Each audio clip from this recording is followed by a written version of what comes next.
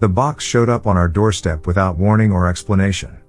It was a cheap-looking thing, a thin metal box with one of those small clasps that couldn't even keep a toddler out. It was smudged with dirt, making the dull box look even duller. By all accounts, it was nothing more than what you'd find at your local thrift store. Yet, the moment I saw it, I knew there was something wrong with it. Something evil. "What the hell is this?" James, my roommate, said. We were standing outside our apartment, and he looked around to see who'd dropped it off. No one was nearby. It was late, and we were the only ones out. He bent over to pick it up, but I shouted for him not to. He paused, then looked at me quizzically. "Maybe it's someone else's," I said, uneasiness growing in my chest. I didn't know why, but I knew he shouldn't open it, or even touch it. "It's not like it's an Amazon delivery," he said. "Somebody just left it here." "Maybe it's for Carlos or Sam," I said, referring to our other roommates. "Something's written on it," James said. Like always, he ignored me and reached for the box. He grabbed it, then let out a yelp, letting it go. My heartbeat shot through my throat. "Damn, it's freezing," he said, shaking his hand. "What's in this thing?" Carefully, he nudged it with his foot until he could read the writing. Despite myself, I drifted closer to the box, drawn to its morbid energy. "We buried this for a reason," James read. "If it finds you, that means it wants out. Whatever you do, don't open this box." I couldn't take my eyes off the box, and anxiety was rising in my chest. We were on the precipice of something bad. I could feel it. "What the fuck?" James said with a small laugh. "What is this?" He looked around again, as if expecting someone to pop out and explain the joke. "I don't know," I said, my teeth chattering. It was a late summer night, but suddenly I was freezing. My whole body felt strange, extremely on edge yet somehow also numb. "Let's just leave it alone. I want to go to bed." I moved to open the door, but James didn't follow. Instead, he looked down at the box and squatted next to it. I froze, not wanting to acknowledge what he was doing but also not wanting to turn away from it. James glanced up at me, a mischievous smile on his face, then reached for the small clasp. Before I could say anything, he gently flicked open the lock. It sat loosely in its clip, the box still closed. I could feel my heartbeat in my whole body now. I wanted to run, to hide from whatever was inside, but my feet were glued to the ground. My tongue was a weight in my mouth, unable to move. Carefully, James placed his hands on the sides of the lid. "Weird," he said. "It's not cold anymore." Then, in one quick motion, he opened the box. I braced myself for whatever was inside. I closed my eyes and clenched my teeth, ready for impact. But nothing happened. Slowly, I opened my eyes, unsure of what I was about to find. Everything was the same, though. James remained crouched next to the box, which now gaped open. "It's empty," he said. I could have sworn I sensed a bit of disappointment in his voice. Grunting, he stood up and walked over to me. "See," he said, "it was just someone's idea of a dumb prank or something." I glanced down at the box again, feeling silly for having gotten so worked up. This was a college town. Of course a few dumb freshmen would think this was some kind of hilarious joke. They're just bored kids doing stupid things. I nodded at James, who unlocked the front door and stepped inside. I followed him, but the uneasy feeling didn't go away. I turned to close the door behind me, but I stopped at the last second. Peeking my head outside, I looked down at our doorstep. The box, which had been there just moments before, was now gone. Nowhere in sight. I looked around but saw no one on our empty street. A shiver crawled down my body, and I quickly closed the door, double-checking to make sure it was locked. Something evil was in that box, I was sure of it, and we had just let it out. I woke up the next morning with a heavy feeling in my chest. Anxiety still gripped me, its presence a physical weight. The memories of the previous night rushed back, and the dread in my stomach only solidified. Hesitantly, I slid out of bed and made my way toward the kitchen. I heard voices, and then a laugh rippled through the air. My shoulders relaxed and the tension loosened. Maybe everything was fine. Maybe I was just overreacting. I stepped into the kitchen to see Carlos and James talking at the table. "Good morning," Carlos said, slurping down cereal. I heard you guys had a big night last night. James laughed as he took a bite of his banana. I told him about that redhead you met, he said with a grin. You got her number, yeah? I was about to answer when I remembered something. Carlos, weren't you and Sam going running this morning? They'd been preparing for a marathon for the past few weeks, and their schedule included lengthy Saturday morning training sessions. Carlos shrugged before answering. We were, he said, but he wasn't in his room this morning. I froze halfway to the fridge, then turned around to face the table. The heavy lump in my stomach was back. Haven't you guys been training every day, though? Has he ever missed before? Carlos looked at me curiously. No, he's never missed, he began, but maybe he just went to his family's or something.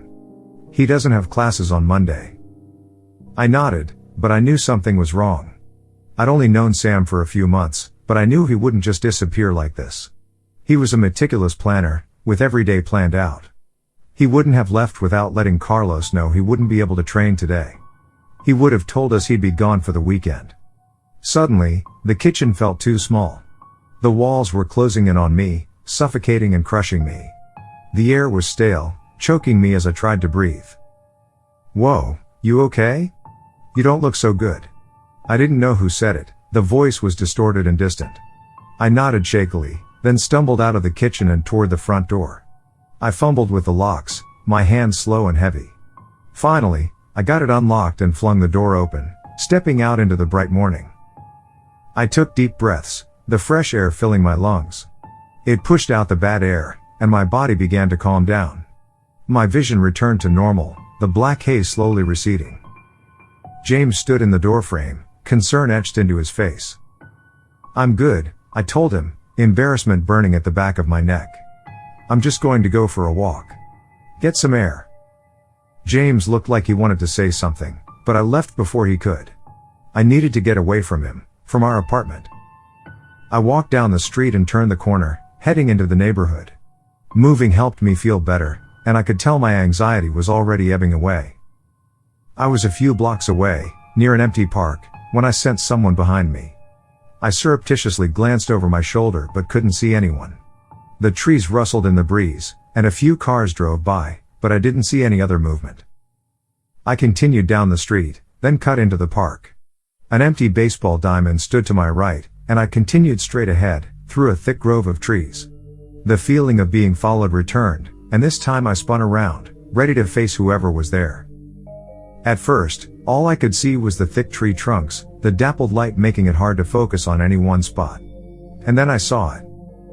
Or rather, I saw him. He stood behind a tree, his body mostly blocked from view. Only his head poked out, his brown hair hanging loosely around his face. Sam? I called out, but he didn't say anything. I stepped closer to get a better look, when he suddenly lurched forward, emerging from behind the tree. Something was wrong with him. He didn't look well. Even in the shade, I could tell his skin was sickly gray.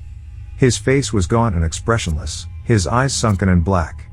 His movements were jagged, as if he wasn't fully in control of his body. He dragged them forward, snapping them in an off-putting and uncomfortable gait. Sam? I called again, backing up this time. Still no response. He simply continued coming towards me, his hands twitching at his side.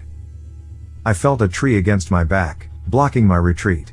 Sam was only a few feet away from me, and I could see his face more clearly now. His cheekbones jutted out against his ashen skin, and his eyelids twitched as he stepped forward. A low moan slipped between his cracked lips, and what looked like dirt spilled from his mouth. I didn't try to talk to him again. Turning to the side, I ran through the trees and back toward my apartment. I didn't stop until I got to my block, my lungs burning. I burst through the front door, then slammed it behind me. Heaving deep breaths, I slid to the window and peered outside, separating the blinds with my fingers. I looked down the empty street, searching for any sign of movement. A car drove by and a young woman jogged on the sidewalk, but there was no sign of Sam. And then, at the very end of the block, I saw him. He hobbled forward, sticking to the shade. Even this far away, I could tell he was looking at my apartment. Looking at me. I swore, then ran to my room, looking for my phone. I found it on my bedside, but it was dead, the charger lying uselessly on the ground. I spun around, ready to bolt from my room, when I saw something that made my blood turn to ice. There, sitting on my desk, was the metal box from the previous night. It was open, the dark space inside like a cave. Its presence seemed to disrupt gravity, pulling me toward the black hole inside it. As if on their own, my legs carried me toward the box. It loomed large in my vision, the only thing I could focus on. When I got to the desk, I looked inside the box. Unlike last night, it was no longer empty. There, sitting at the bottom of the inky blackness, were 3 plastic cards. I looked closer and realized what they were: driver's licenses. For whatever reason, my 3 roommates' licenses were in this box. Sam, Carlos, and James' smiling faces peered up at me from the darkness. I reached out for them when a thud suddenly rang through the apartment. I turned to my door just in time to see 2 shadowy figures slide into view. Carlos and James stood in the doorframe, their sickly skin stark against the dark hallway. Just like Sam, their eyes were sunken and their movements disjointed. They stumbled through the door, their hands reaching out for me. Slamming the box shut, I backed toward my bedroom window and threw it open. Without thinking, I burst through the screen, tearing it from the frame as I tumbled outside. I scrambled across the ground, my hands scratching against the asphalt. I pulled myself from the room, a pair of clammy hands grasping my ankle. I kicked wildly, making contact with something solid before their grip loosened. I looked back to see Carlos pulling himself through the window, with James right behind. From around the corner, Sam stumbled toward me. All 3 were closing in on me, their movements becoming quicker and more violent, like dogs who know when their prey is cornered. I was in the parking lot of our complex, a fenced-in area with Sam blocking the only exit. I scrambled to my feet, looking for a way out. But there was nothing. The cold metal of the box cut into my side, the dirt spreading to my shirt. I looked at the message again, reading it once more. Buried. With only seconds left before the 3 descended on me, I ran toward the farthest edge of the parking lot where the bike rack stood. It sat in a patch of unkempt grass, more weeds than anything else. I dove to my knees and began digging into the dirt with my hands. I could hear the others behind me, their shadows falling across my back. I continued to dig, my fingers burning as I pushed through the earth. Rocks bit at my hands, blood mixing with the soil, but I pushed on. I could hear the 3 behind me now, I could feel their presence bearing down. Grabbing the box, I threw it into the hole and began pushing the dirt back over the top. A cold hand wrapped around my neck, and my breath caught in my throat. Another pair fell on my shoulders, digging into my skin. I continued to pile the dirt on top of the box, the metal glinting from its hole. Another hand grasped my left arm, and I struggled with my right hand to push the remaining dirt over the exposed metal. My vision began to swim, my mind growing tired when the last of the earth covered the box. Then, in an instant, I could breathe again. The hands around my neck, on my shoulders and arms, were no longer present. Just open air all around me. I took in deep, ragged breaths, the air burning my bruised throat. But I didn't care. I was safe. The box was buried, the monster hidden away once more. I still don't know what happened to Sam, Carlos, and James. When I finally had the energy, I'd called the police and told them what happened. I left out the part about the box, though. I knew that would only complicate things. Our front door was busted open, and there was clear evidence of a struggle in my room, but no one could find my roommates. It was like they had just disappeared, swallowed up by the earth. The night after I reported the attack, I snuck out to the parking lot. I dug up the ground around the bike rack, where I knew I'd buried the box, but it wasn't there. Only empty space. It was gone, just like my roommates. It's been a few weeks since the incident. I ended up dropping out of school. The trauma of everything was just too much, and seeing missing persons posters of people I actually knew was just too difficult. One day, I hope to go back to college, but not for a while. I still don't know what happened, but one thing's for sure, if you ever find a box outside your door with a mysterious note warning not to open it, don't. Who knows what you'll unbury?